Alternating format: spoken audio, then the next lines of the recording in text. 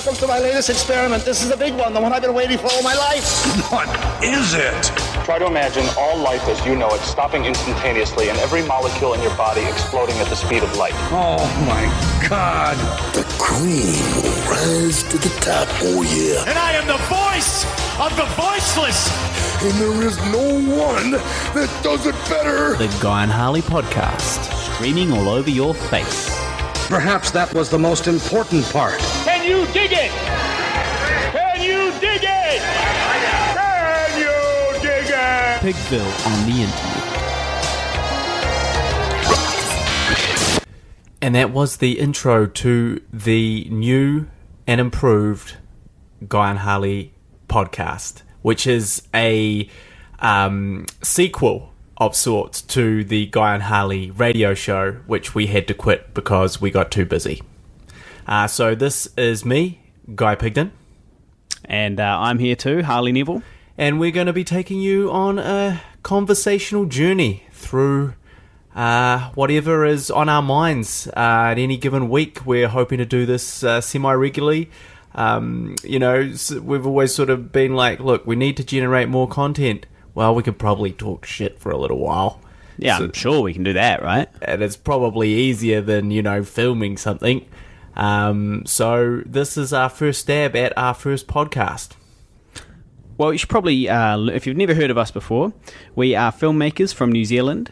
We have shot 2 feature films. Our first one is hopefully coming out in the first half of next year. It's called I Survived a Zombie Holocaust.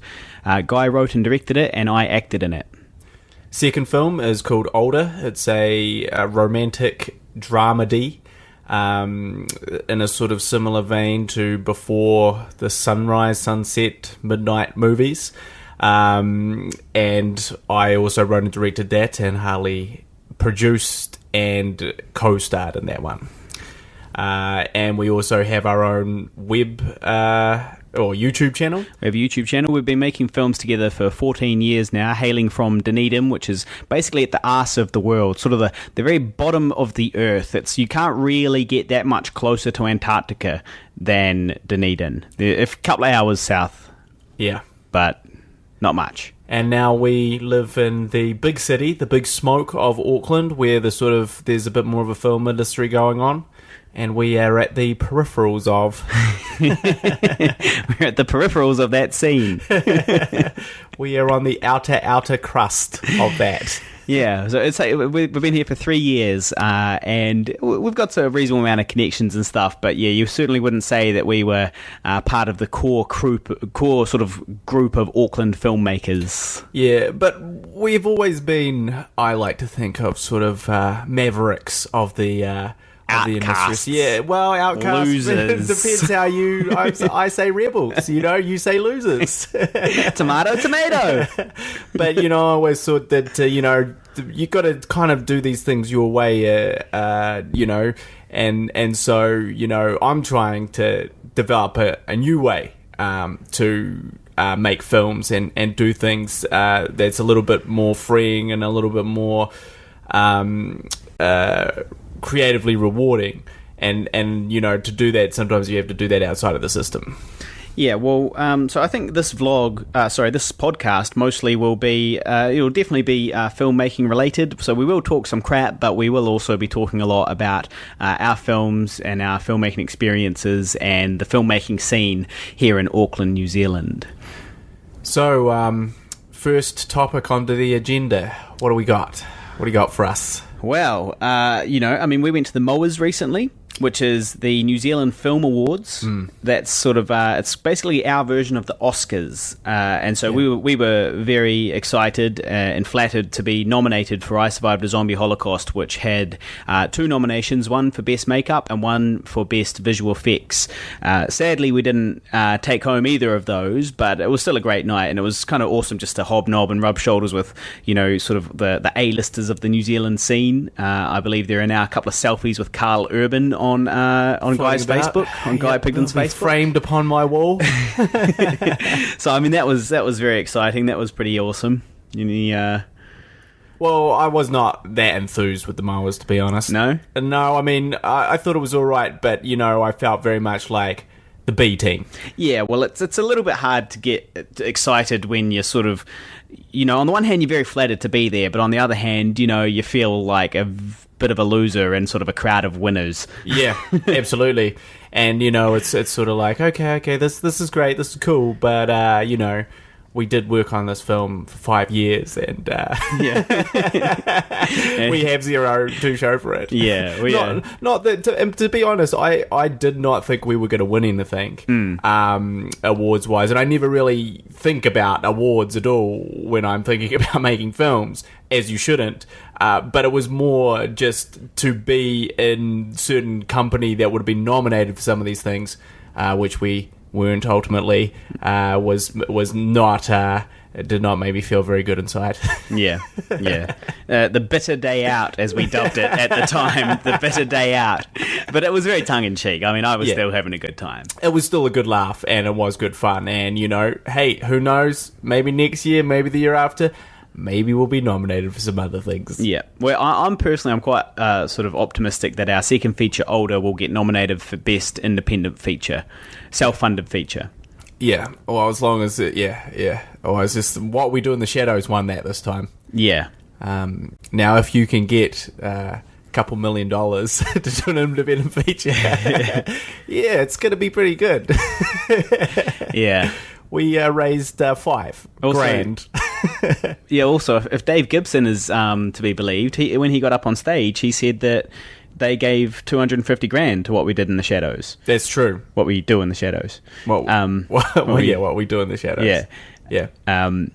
So, yeah, it's not really self-funded is that independent? At all. Well, it's not self-funded, is it? Like, they did say that, though. Like, Taika Waititi and Jermaine Clement were up on stage, and both of them sort of took the piss and had a laugh and sort of, made light of it, and it was quite funny, and sort of said, I don't really know how we won this, because we weren't self-funded.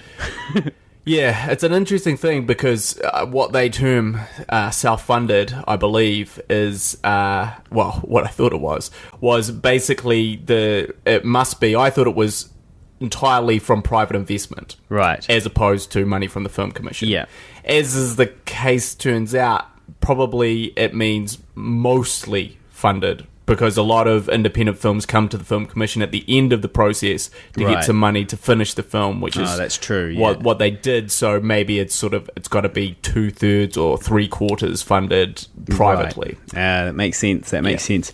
Yeah. Well, I mean, if they got $250 grand from the Film Commission, and that's considered a self-funded film, well, then shouldn't I Survived a Zombie Holocaust be a self-funded film? Because the budget was $250,000. The budget was $250,000 that they gave us. So that's my logic. Yeah. Maybe we should have submitted it there under that. Yeah, I'm really glad actually that we didn't finish Older this year, because if we were in the mowers, we wouldn't have won for best self-funded feature, obviously. No. But maybe next year. Hey man, you never know. But really, it's not about awards. It's not.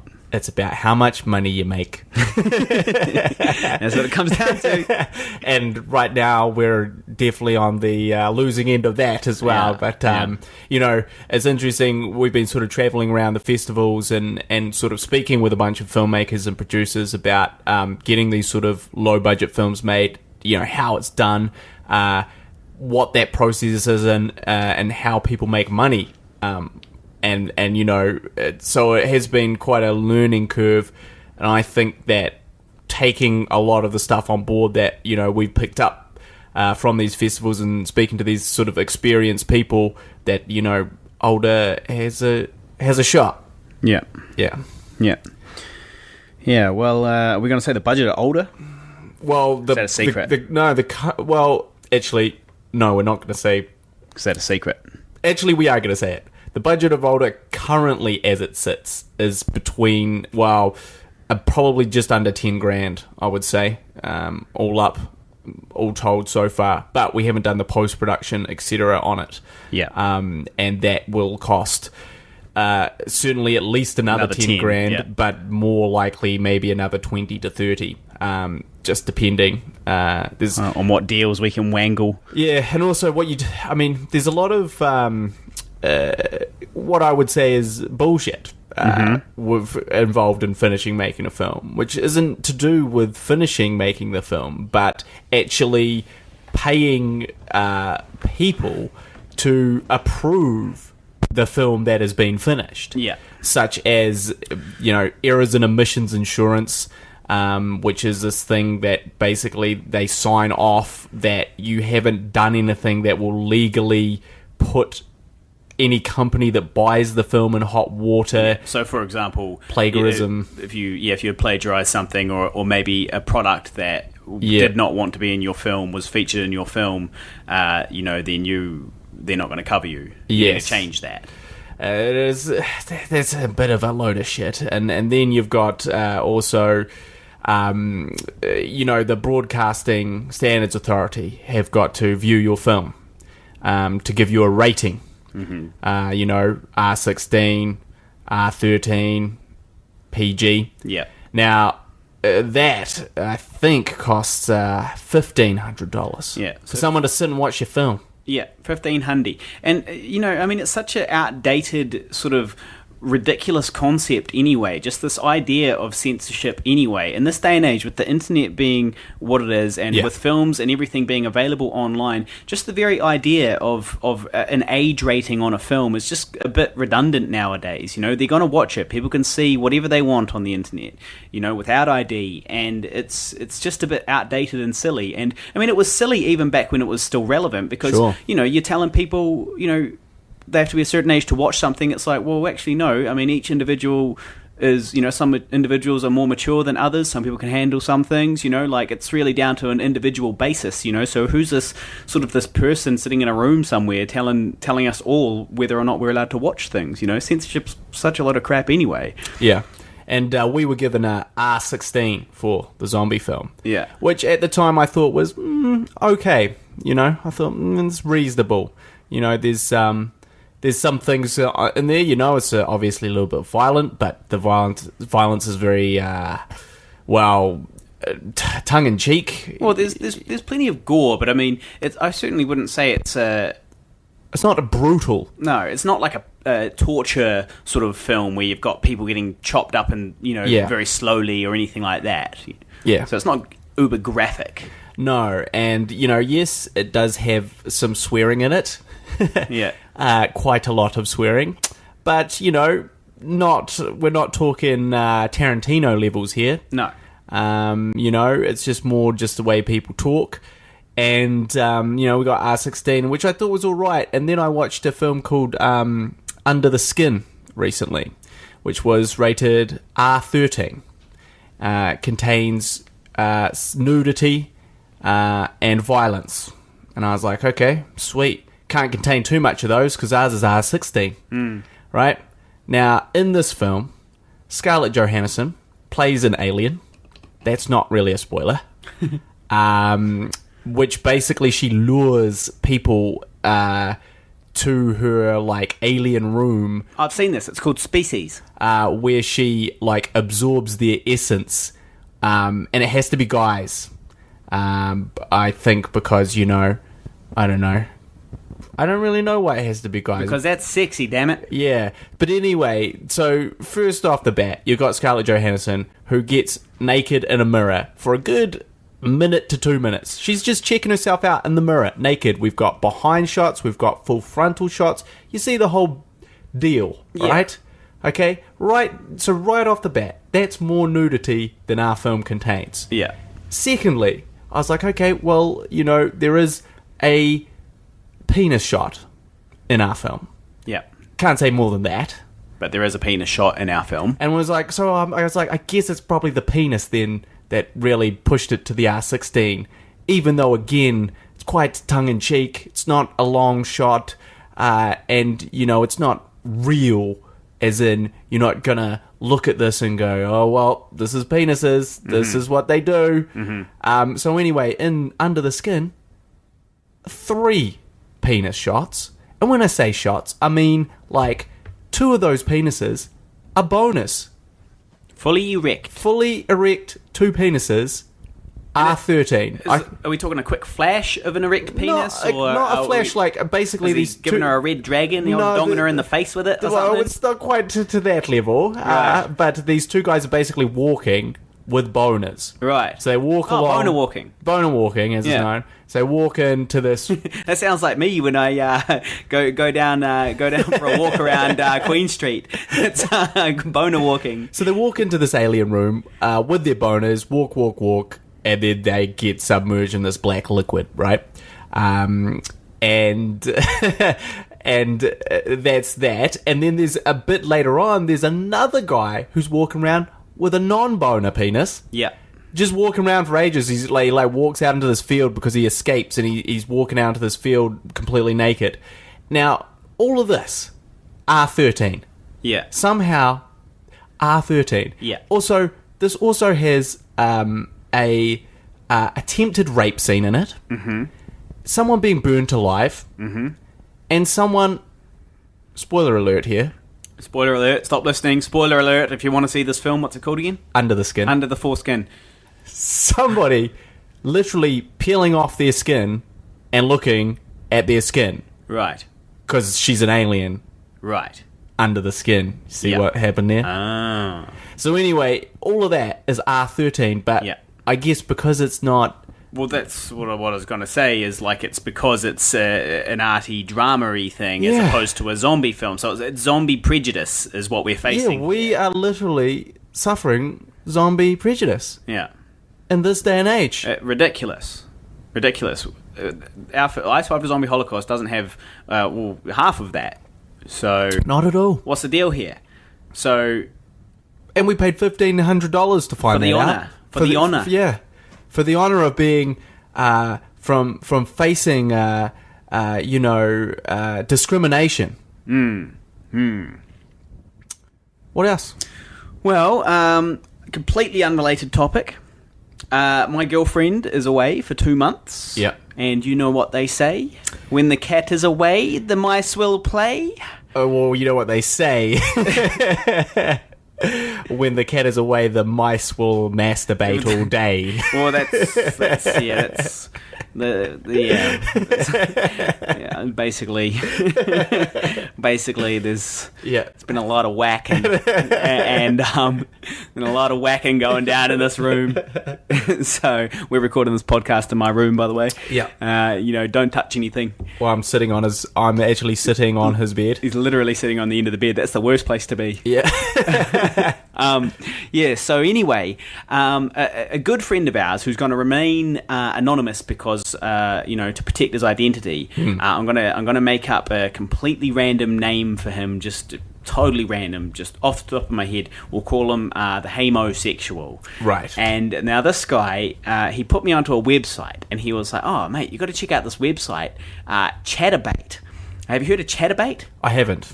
Okay, so what it is it's a webcam website, right? Yep. But you're not talking to a person. They can't see you or anything like that. It's just a website with a whole bunch of feeds coming into it. All these webcam feeds, and they're all free. It's completely free to look at, right? But if you want to request anything from the people in the video, in the stream, you need to pay them like tokens. Right. But like if you want to just go and have a look on the website, you just go and have a look and see what they're doing on this webcam sort of thing. Well, what are they doing? Well, they're fucking.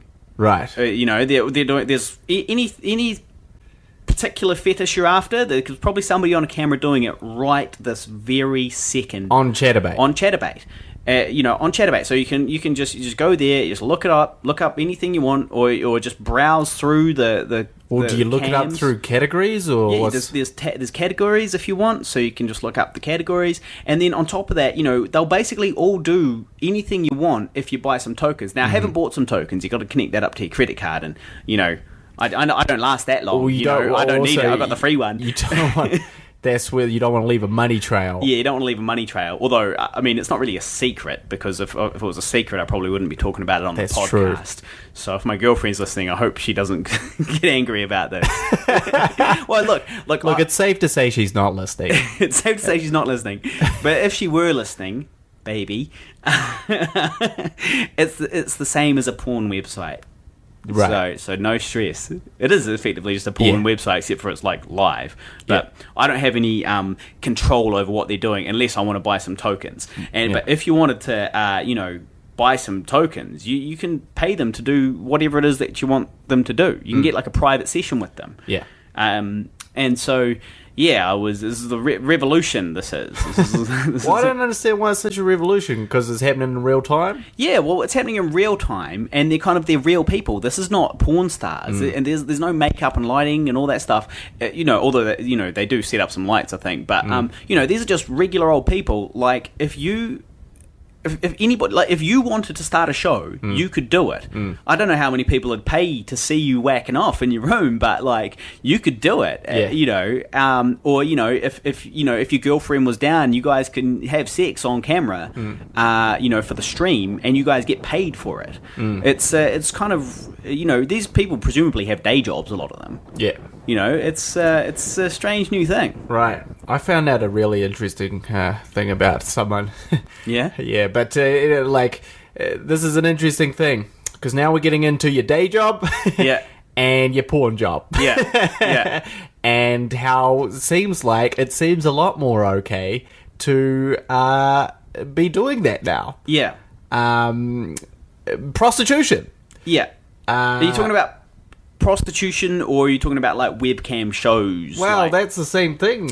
Well, I don't know. A stripper is not a prostitute. Like if you're doing a show, and you're getting nude and that type of thing, that's not the same. I feel like you're a prostitute if you are having sex with someone else on camera. There's the three categories there, really. There's porn star, stripper, and prostitute. So I feel like I guess you're a porn star if you're on Chatterbait. Yeah. I feel like you're a porn star. Yeah. That's the category you'd fit under. Right. Yeah. Yeah. But, this new kind of category of porn star, a previously undiscovered version of porn star, the home porn star. And some of these people have like, hundreds of thousands of followers too. Sure. So they put on good shows. Yeah. Must be making good money, presumably. Yeah. So what are they doing? Exchanging these tokens for money themselves? Yeah, so, tokens are just the currency of this website, I guess. Right. Yeah, and so basically what happens is you got the camera there, and then there's like however many thousands of people watching. Yeah. And when they reach certain sort of levels of tokens, because everyone donates 1 or 2 tokens, and once you reach a certain threshold of tokens, they do the thing that was promised. So, if they're like, hey, anal it at 100 tokens or whatever, and then when they reach 100 tokens, anal. That's what happens. Yeah, that's what you get. So poor girl's like, oh, please don't reach 100 tokens today. Not today. I gotta sit down at work tomorrow. Well, to be fair, I'm pretty sure she sort of sets the task. Yeah, but like the guy's a bit eager. She's like, come on, baby, 100 tokens, 100 tokens will do anal. She's like, look, yeah, sure, because that's not gonna happen. 100 tokens later, Well, I think it can go the other way too, though, because I think if the crowd pays for it, they could be like, anal, we want to see that you fuck that guy in the ass with a strap on. Yeah. And I guess if the crowd pays for it, it might be him. Well, surely there must be times then that it gets to this thing and they're like, nah. Yeah, I guess so. But I think they kind of they decide, at the beginning. I think that they kind of they say what they're going to do that day. But truth or dare. Yeah, but she would have taken a dump before the shoot. Yeah. She'd be ready to rock. Yeah, Chatterbait, revolutionizing my masturbation. Yeah, I can see that it's a little bit different. It's a little bit interesting, but I don't know if it's really. I don't know, I would probably just get bored waiting for things to happen. Well, that's the thing, though. You can just leave that room and choose another feed, and you can see the thumbnail of what's going on in that room. So you just jump from hotspot to hotspot. No wonder the internet's been going so slow lately. You know what? I actually got told about this like a year ago. Yeah. By the homosexual. Right. And I never actually checked it out until suddenly I had a lot more time on my hands. Well, when my girlfriend went away on holiday there. Yeah. So. Well, let's take it out of this lewd tangent. Yep. I want to talk a little bit about the Sony hacking scandal. Okay, cool. So you see, you're starting to get a feel for how the podcast will go. We'll have a little bit of, informative insights on filmmaking. Yep. Then we'll have some anal and masturbation talk. We'll have some recommendations of where to jerk off. Yep. And then we'll pop over to current affairs. Yep. So, yeah. So what's happened is basically Sony Corporation, essentially they were hacked, and a lot of private emails and information was leaked online. Now, some of this information was about the budgets of films. A lot of it was emails between sort of high-up executives and stars and, people calling Angelina Jolie a spoilt brat. And the head of the CEO, Amy Pascal, who sort of runs as basically the executive in charge of the film division, making racist jokes about what she should show Obama. Because she was catching up with him in like a week or two, and she was like emailing, what should I show him? Django? and then that's pretty funny. And then the reply email, 12 years more like, and that was kind of the shouldn't be laughing, but oh, come on, it's funny. That's funny. I feel like it's funny that she's making a racist joke about the president of the United States. Well, and I think it's funny that she's making a slavery joke.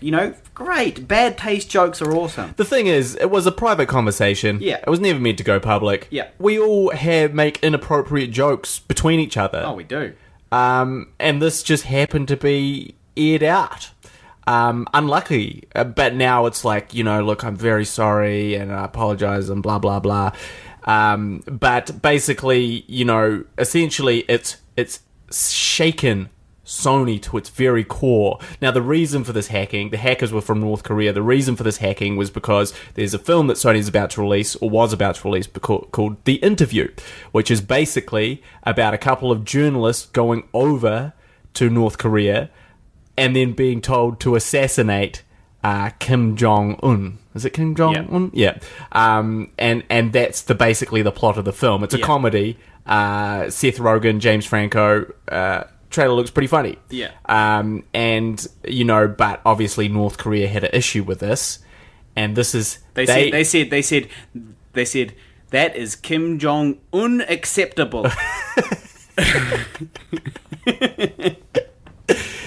And they retaliated. They literally retaliated with a cyber terrorist attack on It wasn't Sony. even a retaliation. It was a preemptive strike, if you think about it. Well, it's not out yet. Essentially, and this was the thing, that it was this big conversation. It was like this hacking scandal, and there was some question as like, should the news have reported it and showed what these emails were? Yeah. Like, should the media have done that? Because essentially, that is aiding terrorism to do that. If they had just clamped down and it had just been like, Sony's been hacked, end of story, in all media reporting sites, it would be the end. There'd be nothing. It would be completely meaningless. Yeah. But because they were like, Sony is hacked, here's information on all these documents, here's what they said about this, here's what was this, it's created this big, this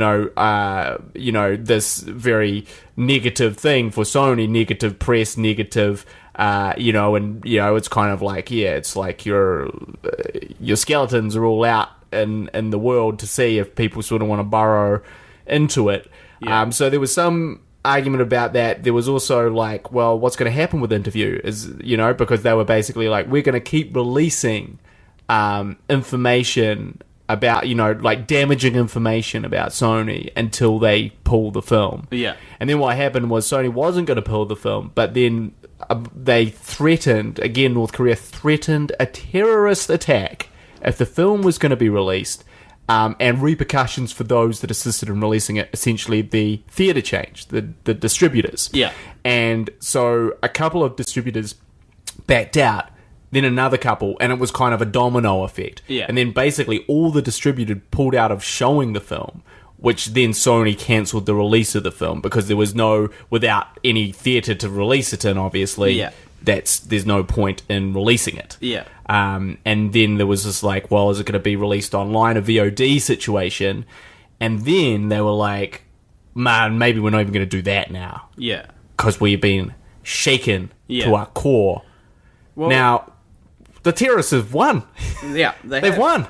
And that is shocking in itself. It's shocking that a country has the power to censor art in a very, like, this is like Hitler styles. Yeah. You know, this is Germany styles, and like, you know, when they're all burning all the books and stuff like that, really. Yeah. You know, it's not quite the same, but it's definitely the same type of thing where it's like, we do not, you know, this cannot, we're going to shut this down. They actually did it, and like George Clooney's up in arms. Yeah. He's like, you know, there should have been more. They shouldn't have pissed off the clone. They shouldn't have pissed off the Clooney. And it was like, there should be more solidarity. He's like, I tried to go around with a petition of all like these powerful people to support the film, and no one wanted to sign it. Yeah. And he was like, and so now fucking North Korea censored us. This is a fucking embarrassment. Yeah. That's true. He's right. It is embarrassing. Yeah. But I just want to know your thoughts on that. Well, I think that, come on, lift your game, people. There's money to be made here. The distributor Exactly. that puts out this film, the distributor with the fucking kahunas to distribute this film is going to make a lot of money because everyone's going to go and see it. Yeah. This could be the biggest film of all time because it's the first film in a long time. Well, it's the first film ever to be censored in this way, you know, from a terrorist attack. This is like a cyber terrorist attack like this from a country onto a corporation. Like, that's sci-fi shit right there. You read about that in like sci-fi stories, you know? Like, so whoever puts this film out eventually is going to make a lot of money from it, I think. Well, I think so. I think that's, you know, and that's what they were probably thinking before the distributors pulled out, is like they were going to stand firm because they're like, well, this is just probably going to drive. And it, of course, like, essentially they've gotten news coverage from all over the world about essentially a silly Seth Rogen comedy, which would normally would definitely not have that kind of reach and scope. And certainly it's made, like, I like his films anyway, so I probably would have saw it anyway, but it certainly made me want to see it more. Yeah. Well, I would see it out of principle now. It's solidarity just to kind of, you know. But it's, and again, a sort of a precedent has been set here, because essentially now every company is run by computers, right? Yeah. You know, every company has this kind of thing. So every company in the world, every big corporation in the world is hackable in the same way. So it's kind of like, if this, you know, comes to fruition and you know, they've essentially done what they chose, what they set out to do with it, then there is nothing stopping this happening all the time in any kind of scenarios. Like, we don't like this, so we're just going to hack the fuck out of you and stop it from happening. Which is quite a scary thing. Depending if that power is used for good or evil, because, you know, there are quite a lot of corporations out there that could do with being some hacking, sort of knocked down a peg or two. That's true. That's absolutely true. But, you know, I think it's that thing of, you know, like, this is art, man, you know, no matter what. And, like, that's the whole point of art. It's meant to promote a discussion, promote thought, promote your own thinking about these things or whatever it is, you know. And so, you know, as soon as you start censoring the mind, then it's a bad, you know, I mean, it's not good. Obama has stepped up and said that it's a bit ridiculous. He's stepped up and been like, look, we're not really on board with this this whole thing that's happened here. Ignoring those emails that I read about. Ignoring those racist jokes for a second. But see, what a good man. He was, you know, he was like, fucking this alright. A few racist jokes. Those films are, like, Django Unchained and 12 Years a Slave are Sony films, right? I don't know if they are. Because if they're not, then the joke's a lot less funny. But if they are Sony films, that's funny. I don't necessarily think that they are. Oh, right. I think it's just a racist. Right, well, if it's just racist, it's a little bit less funny. But if it's on their car, if it's on their catalogue, well, you know, I think it's a funny joke. Because she could send him that. She could recommend him that film. Those are good films. They are good films. I can't verify whether they're on the Sony slate or not. Right. So that's sort of the most recent scandal in the film world. Yeah. See, everywhere you look, man, the world's falling apart. These, you know, it seems like things are eroding every day. Just little things like this happening. I don't know how much of it's true and how much of it is just the media only covering the negative things. Yeah. You know, these kind of big Yes. the world is ending kind of things. Well, I do think that to a degree, yes, democracy is slowly being chipped away at. Thought control, mind police, Big Brother, 1984. I think it's been gone for a long time, to be honest. I think that we are the peasants and the elite rule us. Oh, yeah. Oh, for sure. And they tell us what to think and what's important via the news. Yeah. I tell you, I get real sick of Facebook. Yeah? Yeah. For fucking animal videos, man. Animal videos, yeah. That's really one, like, it's like, I get it. Like, animals are cute, and they do cute things. Yeah. But my feed is really full of animals. Just Yeah. cats jump, like, and also the same thing will come up, but shared by someone else. Yeah. Like, you 50 know, times until you're forced to watch it. Yeah, yeah. And also the automatic play. You can turn that off. I found out you can turn off the automatic play on Facebook, people. good. It's just there in your settings. You just got to do it. It's not hard. I have to do it. Yeah, I've done it. I did it ages ago. Because that's the whole thing. But that's even Big Brother-esque. If you think about it, is like they basically changed that mode so these things would automatically play in your feed. So you go down the Facebook wormhole, Yeah. because it starts playing, you start watching. It just yeah. makes perfect sense. Yep. You know, even that is quite invasive if you really break it down and why they did that. Yeah, but, you know, we gave up our rights to complain about, you know, things being invasive when we signed the contract that said, you know, I'm going to put all this information about myself on the internet to the world, and I'm going to give Facebook all this power over what they can do with those photos and all that stuff. You know, we kind of gave up all those rights, you know, the minute we clicked accept. Tick the wee box and said accept, you know? Well, we did, but I guess I just don't like those things. It's a bit more overt. That like kind of drag you deeper in, but you're like, well, I never said that. I did say, I'll post some shit and I'll look at some people's photos and see what my friends are up to, but I never said, you know, I want to watch this video of this guy being chopped in half by a train. Well, you who's know? sharing that on their Facebook? What sick pervert are you friends with on Facebook? Yeah. That's sharing videos of men getting chopped in half by trains. Yeah, it was he was already chopped in half. Yeah, Right. so honestly, the guy that did share that is like a crazy guy. Right. But you know, Some crazy perv. but Some crazy chain abater. yeah, but you know, it's just a bit much. It's all just getting a little bit much. I encourage you, after listening to this podcast, to switch off. Well, look, I encourage you to add Guy Pigden on Facebook and add me too, Harley Neville. I suspect we're drawing to a close. Yes, I'm not sure how long I'll be on Facebook for, Right. to be honest. But definitely you can find me on Twitter at GPZ, GPIZZEY. That is my preferred method of social communications. Yep, and we make films under the name Pigville, so just search Pigville, at Harley Neville on Facebook, GPZ on Twitter, and we will see you very shortly in the next podcast. That's correct. Thank you for your time. Thank you very much, Mr. Neville. Thank you very much, Mr. Pigden. We'll see you later. You've been listening to the Guy and Harley Podcast, proudly brought to you by Pigville Productions. Laugh it up, fuzzball.